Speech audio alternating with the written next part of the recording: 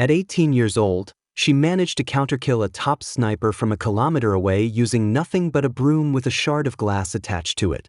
The assassin's first shot passed just 0.01 centimeters from her skin, not a random miss, but a clear message of hatred toward the man in a photograph. Her former team captain, now overseas, had once fought alongside her.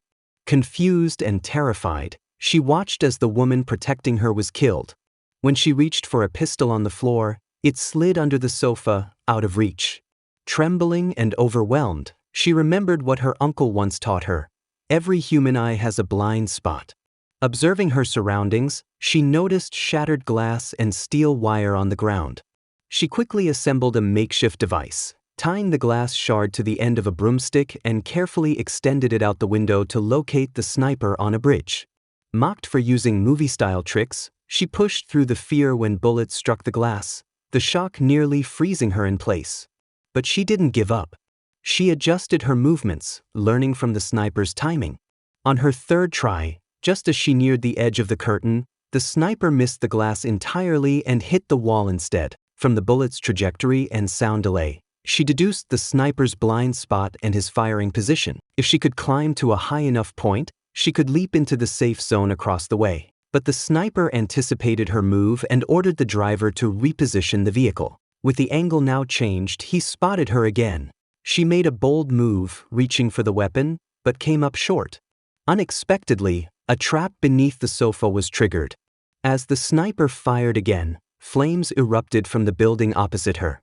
This intense sequence comes from a Korean crime action thriller titled The Beast Within the Killer. The girl being hunted is Jian. Orphaned at 6, she lost both parents and, just 2 days ago, her only remaining family, her uncle. He left behind a staggering 18.7 billion won in inheritance, clearly not earned from farming equipment sales. On her way to claim his body, she recalled their last encounter. He had reinforced the window in a 5th-floor room with steel plates disguised as a wardrobe, telling her, "If bullets ever rain down, hide in there, it can stop anything." He also made her memorize the phrase, Unit 1-1, shared governance, kill if necessary. He repeated it over and over. As she looked at the knife wound on her uncle's neck, the staff told her it was suicide.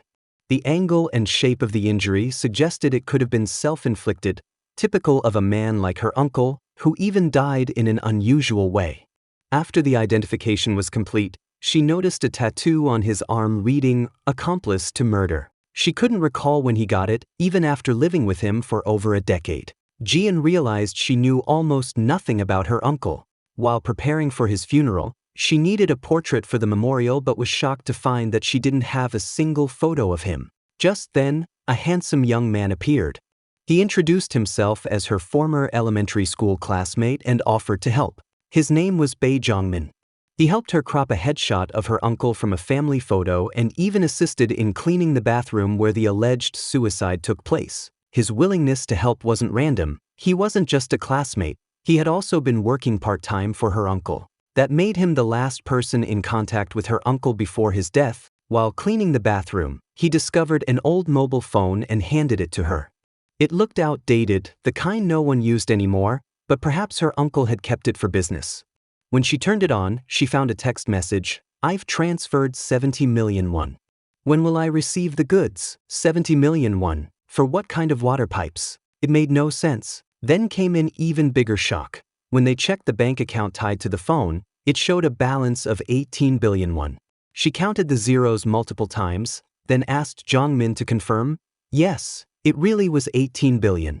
Could selling water pipes really earn that kind of money?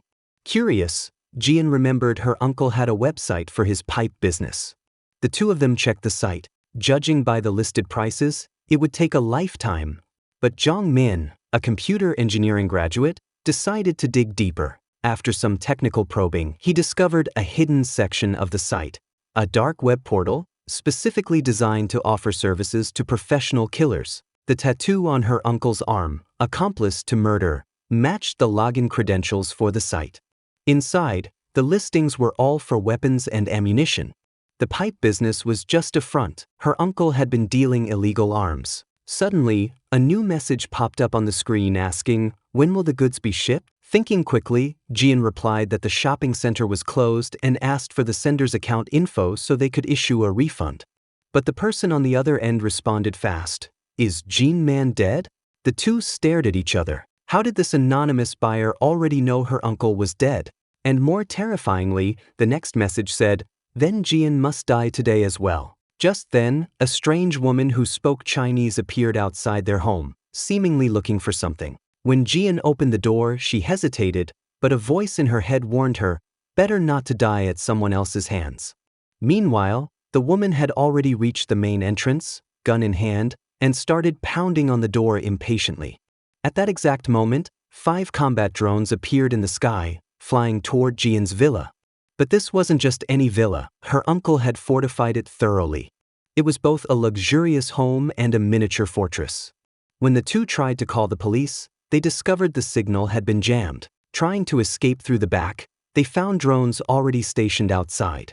One look up, and they were staring down the barrel of a mounted machine gun. Thankfully, her uncle had planned for this. Even the house's steel doors were bulletproof. As the two panicked, searching for a way out, they realized the enemy was not just ruthless, but prepared.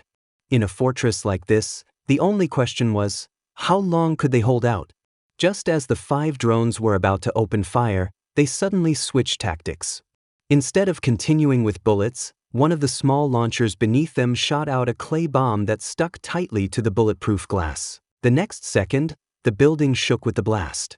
Jian quickly ran back inside, while Zhang Min, his legs weakened with fear, stumbled into a nearby bedroom to hide. These drones weren't just equipped with regular machine guns. They had advanced features, including intelligent heat-seeking systems. One of the quadcopters folded its wings and glided to the door, detecting a heat signature inside the wardrobe.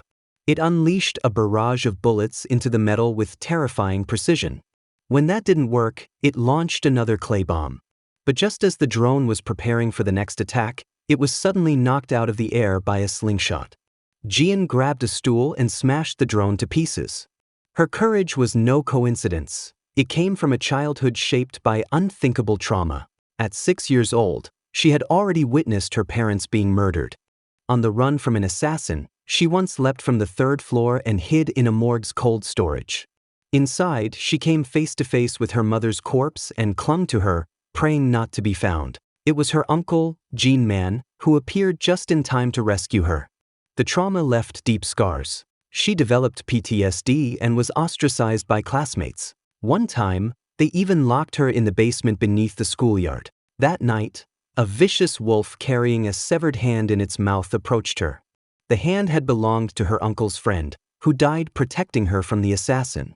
Terrified and desperate, she had cried out her uncle's name, and from that moment on, their bond only grew stronger.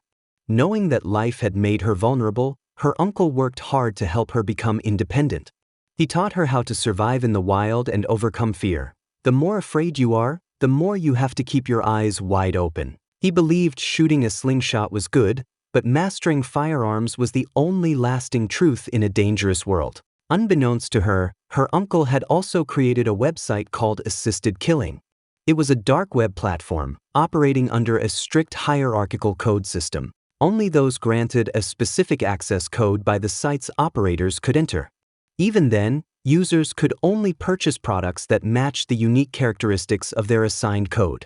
The site was divided into 4 types of codes. Red code, assigned to contract killers.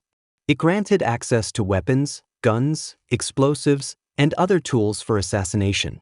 Purple code, used by intelligence dealers. It offered spy gear such as bugging devices, hidden cameras, and painless suicide tools in case of exposure. Yellow code, designed for cleanup specialists. It provided chemicals and pharmaceuticals for body disposal and crime scene management. This was the world her uncle had secretly built, one far more dangerous than she had ever imagined. The website not only sold cleanup tools but also offered administrative services to help clients evade legal consequences.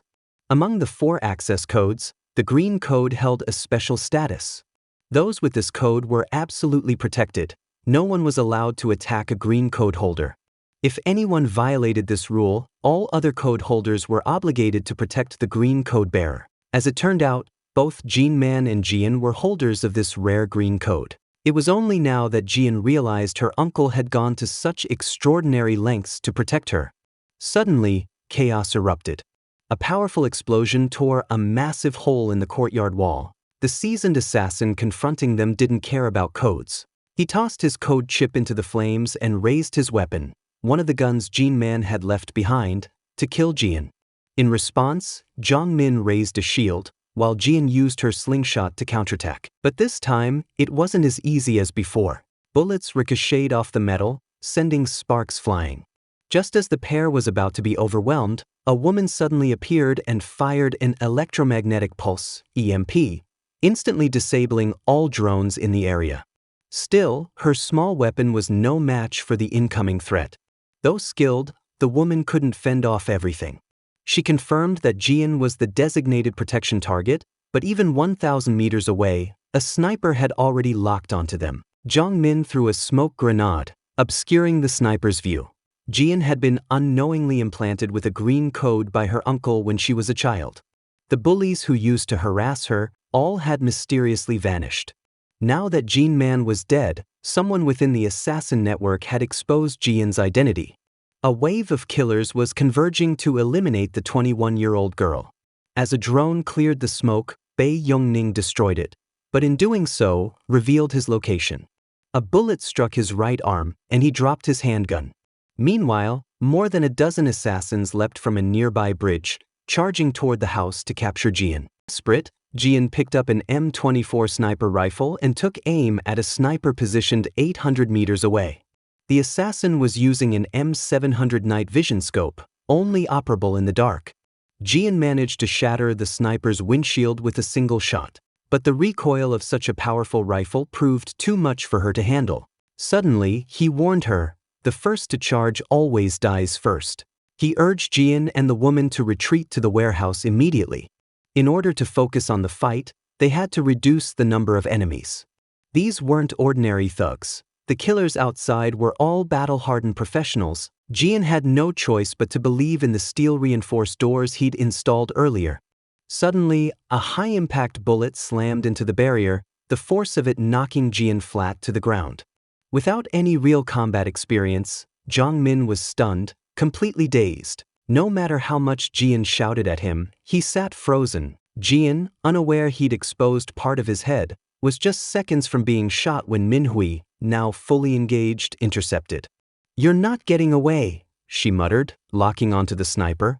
The shot was fired, but Jian's LBM rifle managed to deflect the bullet, which then rebounded and hit the enemy driver instead. As they finally reached his uncle's warehouse, the assassins were already closing in. Minhui pulled up the metal shutter and signaled toward the distance. Inside, a password-locked panel appeared. Jian tried entering her uncle's birthday. Incorrect. She tried her own. Still wrong. Bullets were whizzing by, and time was running out. Suddenly, Jian remembered the unique ID number her uncle had once forced her to memorize. She punched it in. Success. A biometric scan followed, and then the floor opened, revealing an elevator leading underground. Despite living with his uncle for more than 10 years, Jian never imagined that beneath the warehouse lay a secret world, a haven for assassins. As Jian and Minhui looked around in awe, a masked man appeared from the shadows and called out Jian's name, claiming to be his brother. Meanwhile, assassins breached the warehouse. Minhui quickly lowered the steel gate. Their inexperience showed they'd forgotten one crucial thing. Light gives away position. The moment someone flicked on the lights, enemy gunfire lit up the place. One of the killers, nicknamed 2G, used night vision to hunt Minhui's location. But Minhui, already equipped with an M700 night vision scope, had spotted him first. Even in real life, sharpshooting was nearly impossible under such pressure. Gun down, body moved, Minhui quickly switched floors, using smart terrain tactics to her advantage. 2G, clearly an old pro, commanded his men to split up and widen their search. Minhui moved like a ghost, weaving through the killers like a shadow. With snake-like footwork, she dodged 2 attackers and delivered a devastating spinning strike. A melee broke out. 2 killers went down before they could react. When the lights were flipped on again, it marked the end for 2 more. The floor was already littered with bodies. 3 were dead within seconds. The rest of the squad raised their guard to the highest level, ready to shoot at any sign of movement. Sensing danger above, one man glanced up. Nothing, just silence. Yet even with caution, he couldn't avoid death. His throat was slit in an instant. As another pair of killers locked eyes in confusion, Minhui, swift as lightning, took a wound to the leg but spun, plunging her short blade directly into her opponent's femoral artery. That assassin died on the spot, clearing a path for the others. What was meant to be chaos in their favor turned out to be a mistake. Minhui thrived in unpredictability. With a flick of her wrist, she hurled a dagger directly at her next target's heart. Minhui darted forward with a serpentine sidestep, smoothly evading the shotgun blast before cutting in close. Now, only one opponent remained, Tuji. Minhui didn't want him to die confused, but his moment of relaxation was fatal. Minhui suddenly burst out from below, her blade cutting across his thigh. Physically weaker, she didn't go head-to-head. Instead, she dodged, slipped to the side, and slashed again. Tuji, furious now, unleashed a wild burst. His entire magazine emptied. Minhui closed the distance, but even with her speed, she couldn't match his brute strength. A rifle but to the ribs sent her sprawling. Before she could rise, a heavy kick slammed her back down. Gritting her teeth, he pinned her and pulled a dagger from his chest harness, aiming straight for her throat. She blocked just in time. Their strength collided, but Tuji, already exhausted and weakened, began to falter. Blood spilled from his lips. Minhui smirked. She wasn't just a master of weapons, she was also an expert in poisons. That slash she landed earlier? It had already begun its work. Meanwhile, in the hidden base, the masked man ordered Yongjian to cuff Min. He seemed to know them both too well. Suspicious, Jian pretended to reach for the cuffs but then spun around, flipping Min and locking the masked man in a chokehold. A move like that might hold off a brawler for 15 seconds at most. This guy? He lasted 5 before slumping. Jian tore off his hood. She didn't recognize him at all. On the monitors, Jian saw images of her own life. Her bedroom, her kitchen. Was this guy some kind of stalker? Minhui listened skeptically as the boy, revealed to be a child raised by Jian's uncle even before Jian himself, claimed he'd been living here for years. He led them into another room and activated the lights to the underground armory. But Zhongmin shut him up mid-sentence and warned Jian not to trust a word. As Zhongmin attempted to access the kill site system, the boy slipped away. First, he lured Jian into a dark corridor. Then he ambushed Zhongmin, trapping him with a wire noose. With both subdued, the boy began a live broadcast in the tunnel, directing Jian to open a drawer. Inside was a thick manual, a handbook for assassination operations transfer. He wanted her, Jian's ally, to inherit the system as the next operator. Feigning agreement, Jian stepped out, only to immediately seize the boy's gun and demand Zhongmin's release. Zhongmin, freed, didn't hesitate. He slapped the boy hard across the face. The moment Zhongmin moved to strike again, Jian raised the weapon and pointed it at him. She wasn't sure who to trust anymore. The boy seized the moment, restraining Zhongmin once more. He told Jian, "Open the video file on the desktop, labeled 0404, and you'll see the truth." Just as Jian prepared to click on the folder, Zhongmin called out, stopping her. His voice, filled with confusion and urgency, rattled Jian. Upstairs, she remained on alert, unaware of the betrayals below. The boy left to fetch more weapons. The moment he disappeared, Zhongmin revealed his true self. The assassins hesitated, unsure whether the approaching mechanical dog was a threat or a competitor. But all doubts vanished the moment the mech beast launched itself from a height of over 100 meters. It landed without a scratch, its optical sensors scanning and identifying every life form in the combat zone with terrifying precision. It bolted toward Gene Man's villa at speeds exceeding 100 kilometers per hour. Inside, the little brother was already at the computer, activating the villa's defense system. Metal shutters slammed down. Turrets rotated into position. The mechanical dog burst through the door ahead of the assassins, its movements faster than any human. It attempted to leap into the inner chamber, but boom! A shotgun blast slammed it back. Smart as ever, it used its armored body to wedge open the descending bulletproof barrier, unintentionally giving the assassins a way in. But this machine wasn't ordinary. Inside the red-lit rooms, the infrared scans showed every intruder clearly. And when bullets failed to dent the steel-reinforced doors, the mechanical dog's diamond drill arm whirred to life, boring a hole straight through. Minhui, recognizing the next move, grabbed a gas mask. She passed one to Jian. As tear gas flooded the villa, both sides braced. Flashbang. A white flare lit up the space. Minhui dove forward, scissors kicking along the floor while opening fire. In combat at this level, even a 1-second delay meant death. She shot with precision, and though knocked down, ripped off her mask mid-fall. When magazines emptied, both sides scrambled to reload. Minhui manually chambered a single round, bang, one down. Then flipped her rifle to full auto and mowed down another. Using a fallen attacker's body for cover, she took a few hits but stayed standing. A teammate rushed to her aid, providing just enough cover. Minhui slipped free.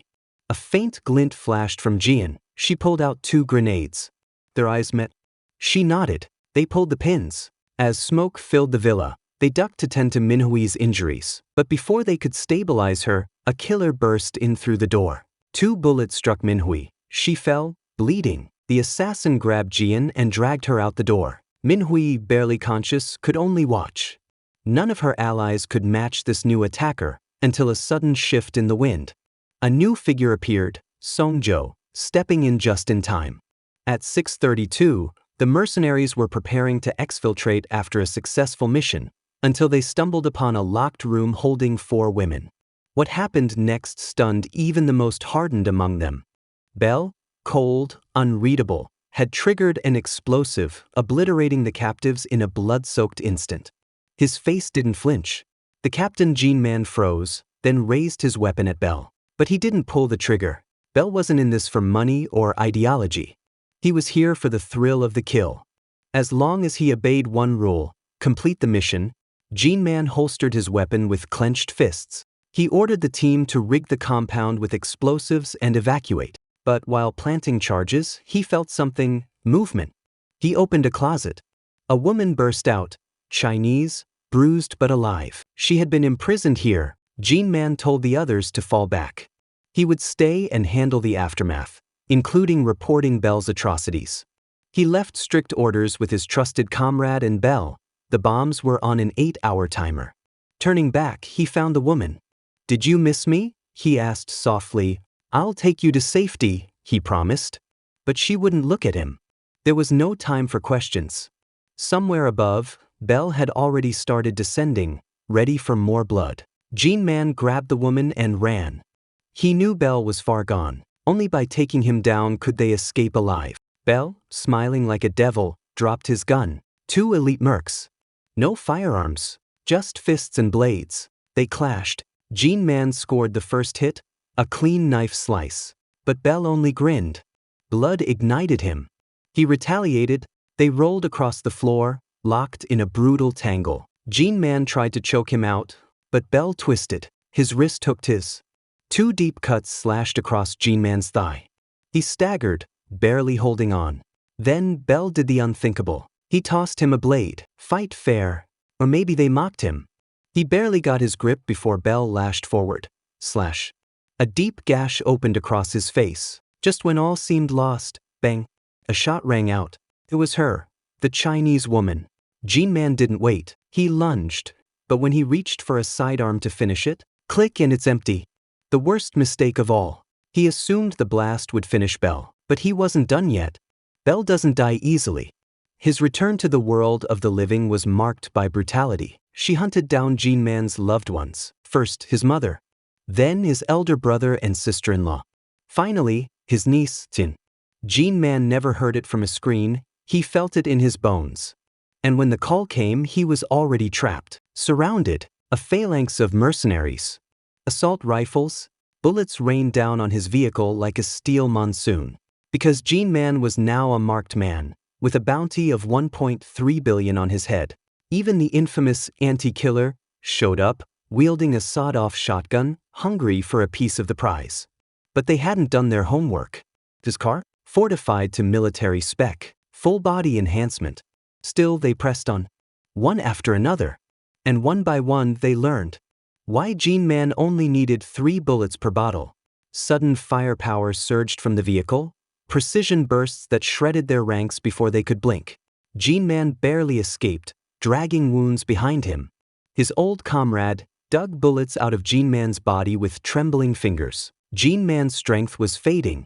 Suddenly, the mechanical dog, Tompan's AI monstrosity, powered up. It began spinning violently in place. His old comrade thought it had glitched. "Shoot it," he yelled. Too late. The dog unleashed a sonic wave so intense it cracked walls and shattered eardrums. Bullets bounced off its armored frame. Glass imploded. People screamed. The weak collapsed first. His old comrade shoved Gene Man into a hallway. "Hide in the bathroom." Minhui raised her rifle. Just then, a jeep crashed through the wall. They were cornered. The Saint stepped out of the vehicle like a final boss. Gene Man rushed inside. Minhui tried to stand, but the twins were already in position. She died looking at the ones she once fought beside. His old comrade's fury erupted. The twins holstered their guns. Drew blades instead.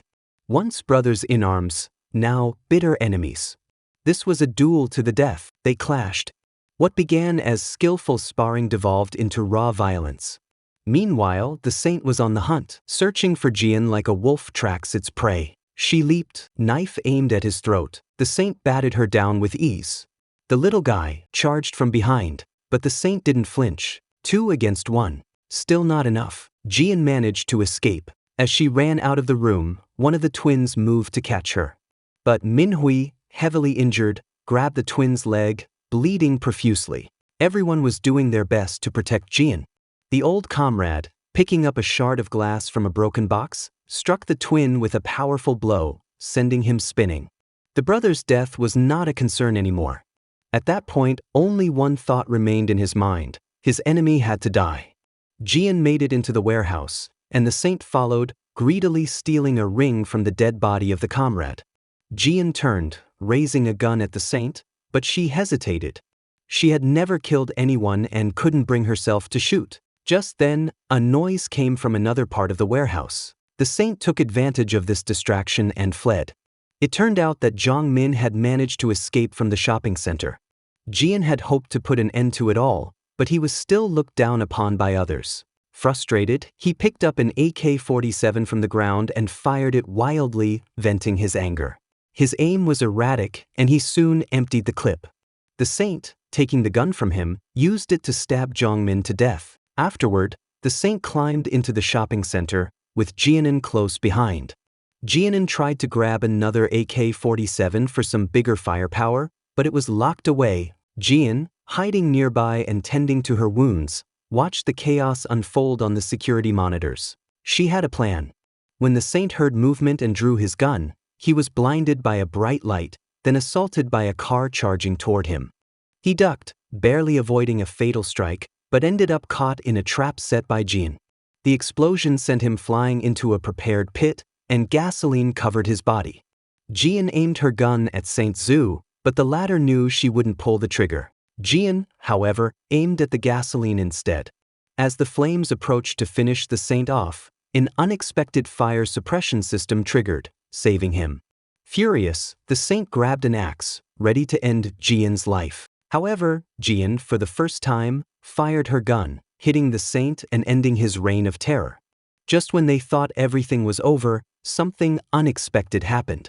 The large screen lit up with several red signals. These were the kill codes, warnings of the assassins who were now after them. Babylonia had placed them all on the hit list. Everyone was now worth the $1 million bounty. Red-marked killers, former allies, flooded the shopping center, each seeking to claim the reward and take control of the building. Jian quickly devised a plan.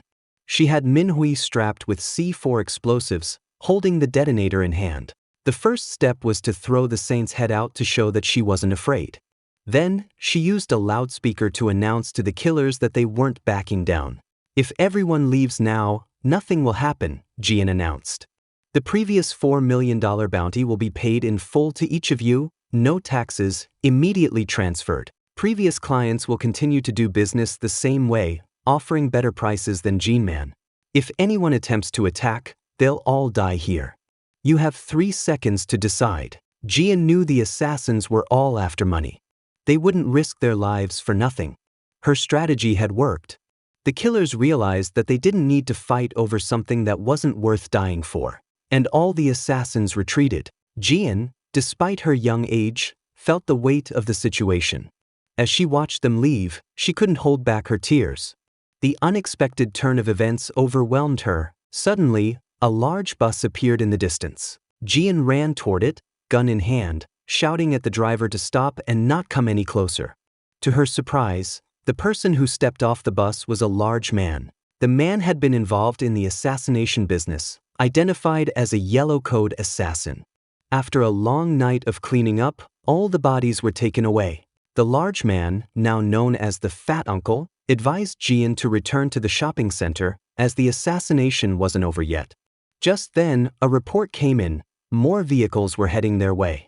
The team readied their weapons, preparing for the worst. However, when the taxi arrived, it wasn't enemies that emerged, it was G-Man, severely wounded. Would there be a second part to this story? That's all for now. Drop a heart if you love the series, and I'll see you next time.